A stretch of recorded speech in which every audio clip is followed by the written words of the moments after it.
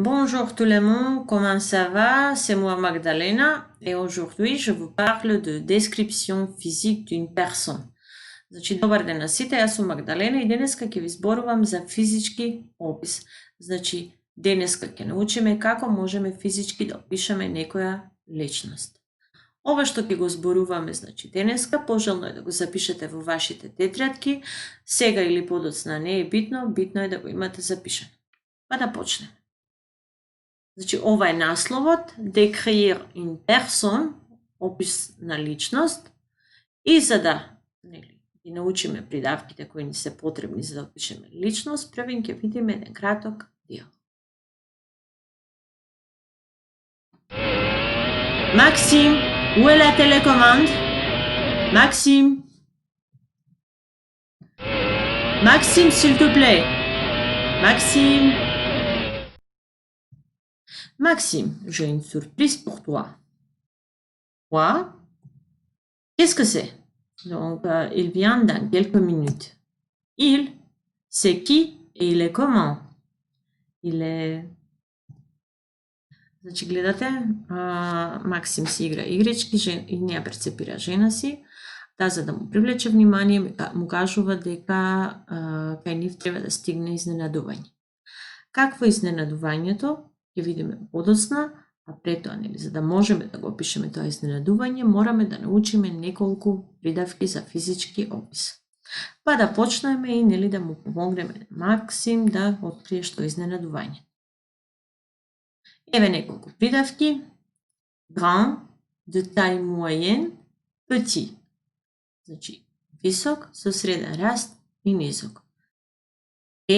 Значи дека за да добиеме женски род од овие придавки grand и petit, значи мораме да додадеме е. Vieux, vieille, jeune. Самите сликички ви кажуваат, значи стар, стара, млад. Сега, според приложено, гледате дека опишуваме косата. Il a les cheveux. Значи, каква коса има тој? Blond, brun, roux. Руса, темна и црвена.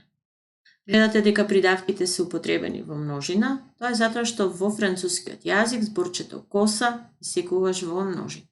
Значи имаме усогласување по род и по број со придавките и затоа придавката мора да биде во множина.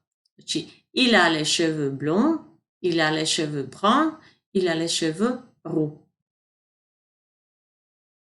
Еве друга реченичка, шаблон, кој можете да го искористите за да кажете каква е нечија коса. Ses cheveux sont blonds или il est blond. Неговата коса е руса или тој е русокос. Elle a les cheveux. Таа има каква коса?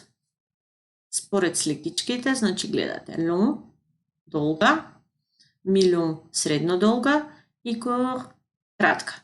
Значи, повторно придавките употребени се во множина, затоа што кажавме зборчето коса во француски јазик е во множина. Donc, elle a les cheveux longs, има долга коса, elle a les cheveux mi-longs, има средно долга коса, и elle a les cheveux courts, таа има кратка коса. И еве, повторно реченички во кој можете да видите како можете да ги примените придавките за да ја опишете коса, нечија коса. Ses cheveux sont mi-longs et bruns, или il a les cheveux mi-longs et bruns. Значи, неговата коса е долга и темна и неговата коса е средно долга и темна. Сега ги опишуваме очите. Il a les yeux. Il a les yeux bleus, il a les yeux verts, il a les yeux marrons, il a les yeux noirs. Значи, сини очи, зелени, кафјави и црни. Можете да видите од сликичките. Полесно ќе ви биде да запишете, значи, со сликички. И повторно придавките употребени се во множина, затоа што les yeux, очи, е именка во множина. И еве реченичка во која гледате како е примената придавката за опишување на очи. Ses yeux sont bleus, неговите очи се сини, или il a les yeux bleus, тој има сини очи. И сега да видиме, да се вратиме на диалогот и да му помогнеме на Максим, да видиме кој или што е изненадувањето. Il est comment? Il est mignon. Très mignon.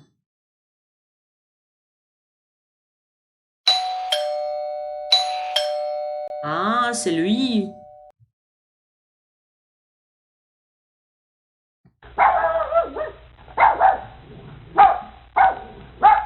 Значи, гледате, изненадувањето е кутренце, мало кутренце, сладко, многу сладко, како што вели жената на Максим. Il est vraiment mignon. Да, навистина е сладок и мил. И еве како изгледа краток физички опис на една личност. Ја гледаме сликичката и според сликичката направен е опис. C'est Noémie, elle est de taille moyenne, elle est jeune, elle a 27 ans, elle a les cheveux longs et bruns et elle a les yeux verts. Што е Ноеми? Среден раст, млада, има 27 години, долга и темна коса и зелени очи. Краток опис, краток шаблон што можете подоцна да го користите за да опишете некоја личност со едноставни реченички.